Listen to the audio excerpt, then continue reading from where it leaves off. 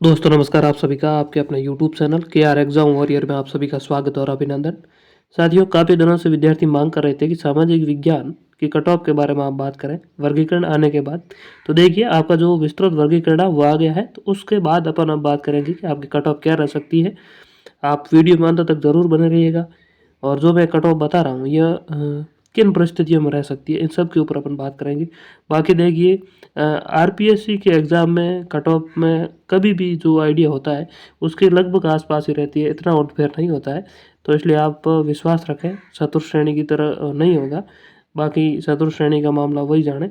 तो देखिए, अपन सामाजिक विज्ञान की बात करें तो आपकी कुल पोस्टें 88 पोस्टें थी, जिसमें नॉन टीएसपी में 69 पोस्टें आपकी है। जिसमें जनरल की बात करें तो जनरल में आपके 15 पोस्ट है, और जनरल फीमेल की 6 पोस्ट है, और विडो की 2 पोस्ट है। एससी की बात करें तो एससी की 10 पोस्ट है, फीमेल की 1 है और डिवोर्स की 1 है। एसटी की बात करें 4 पोस्ट है जनरल में, फीमेल की 2 है। ओबीसी में 2 पोस्ट है, और जनरल में और फीमेल की 3 है। एमबीसी में कुल पद है 4, फीमेल की इसमें है नहीं। ईडब्ल्यूएस की बात करें तो 7 पोस्ट है, 1 पोस्ट फीमेल की। अब बात करते हैं एक्स सर्विसमैन की, तो 2 पोस्ट है एक्स सर्विसमैन की, वो भी जनरल कोटे से जाएगी। बाकी कोई भी एक्स सर्विसमैन नहीं है। पीएस कैटेगरी की बात करें तो 26 सीट है पीएस कैटेगरी।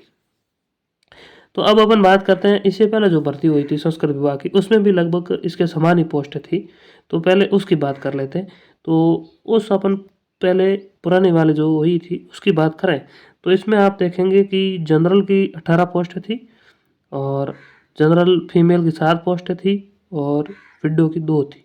एससी में 4 और फीमेल में 1, एसटी में 5 और फीमेल में 2, ओबीसी में 8, फीमेल में 3, एमबीसी में 2, फीमेल में 1, ईडब्ल्यूएस जनरल 4, फीमेल 2। यानी लगभग पोस्ट हैं जो अब है उतनी ही पिछली भर्ती में ही थी, आप यहाँ पर देख सकते हैं। लेकिन पिछली भर्ती में सबसे बड़ी बात जो थी वो थी यहाँ पर पीएस कैटेगरी। एक्स सर्विसमैन की जरूर 4 सीटें थी, लेकिन पीएस कैटेगरी की 2 सीट ही थी, और इस बार पीएस कैटेगरी में सभी सीट दी है। तो यहाँ पर अपन कहें कि पिछली भर्ती और इस भर्ती में कुछ गड़बड़ हो रही है।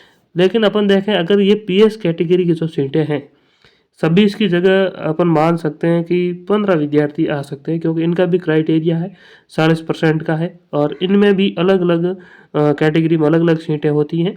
और जो विद्यार्थी जिस कैटेगरी में होता है उस कैटेगरी में वो सिलेक्शन लेता है। जनरल का है तो जनरल में जाएगा, एससी का तो एससी में, एसटी वाला एसटी में, ओबीसी वाला ओबीसी में, तो इस हिसाब से जाएगा। तो अपन मान के चलिए सभी सीटों का विभाजन अपनी अपनी कैटेगरी में हो जाएगा। और अगर सभी सीटें भी होती हैं तो भी अपन मान के चले कट ऑफ, मेरा अनुमान यह है, आपको मैं बता देता हूँ कि यह अलग अलग कैटेगरी में अगर विभाजित हो जाती है तो, और होगी भी, ऐसा नहीं है कि एक कैटेगरी में जाएगी। तो आप निश्चिंत रहें कि एक एक दो दो सीट अपने कैटेगरी और कम कर लें, बाकी ज़्यादा संभावना नहीं है। यहाँ पर आप देखेंगे तो मेरा अनुमान यह है कि जनरल की आपकी जो कट ऑफ है 2 गुना की 285 से 287 तक जाने की संभावना है। 2 गुना की, 1 गुना की अपन बाद में बात कर लेंगे जब ये 2 गुना की आएगी तो। और ओबीसी की बात करें तो ओबीसी 275 से 277 तक रहने की संभावना है पुरुषों की, और फीमेल की 265 से 267 तक, एसटी की 265 से 267, और फीमेल की 265 से 267। यानी मेल फीमेल की लगभग एससी की बराबर रहेगी, क्योंकि पोस्ट है एससी में एक ही है, इसी वजह से। एसटी की संभावना 240 से 42 है, फीमेल में भी 240 से 42 है, क्योंकि फीमेल में पोस्ट कम है, इसी वजह से।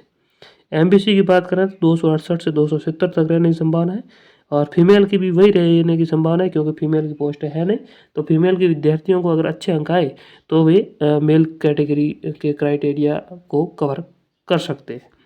ईडब्ल्यूएस की बात करें 270 से 72, फीमेल की भी 270 से 72, क्योंकि एक सीट ही है।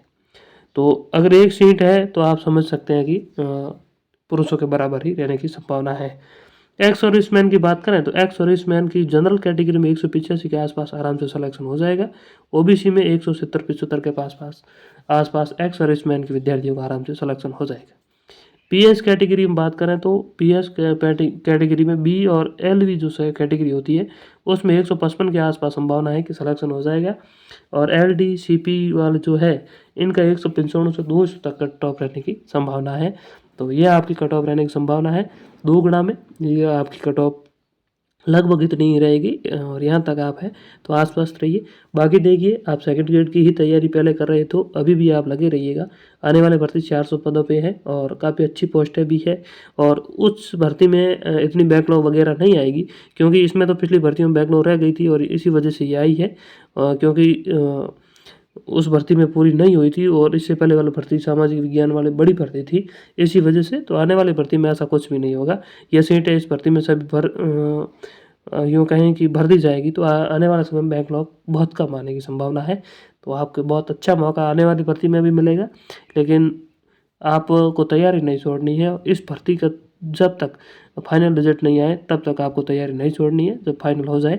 बाकी देखिए, पोस्टें कम है लेकिन पेपर भी काफ़ी अच्छे लेवल का था, तो इसी वजह से जो कैटेगरी वाइज है पीएस वाले, तो ये कम विद्यार्थी पास होने की संभावना रहेगी। तो आपका अपनी कैटेगरी में जो जनरल में ये सीट काउंट हो जाएगी और आपका आराम से सिलेक्शन हो जाएगा। बाकी 2 गुणा के बाद अपन अनुमान सही तरीके से लगा पाएंगे कि 1 गुणा की क्या रहेगी। और रिजल्ट लगभग अब आपको बहुत जल्दी मिलेगा, अगले सप्ताह तक आने की संभावना है एक आध सब्जेक्ट का। तो धन्यवाद साथियों, मिलेंगे अगली वीडियो में, तब तक के लिए धन्यवाद।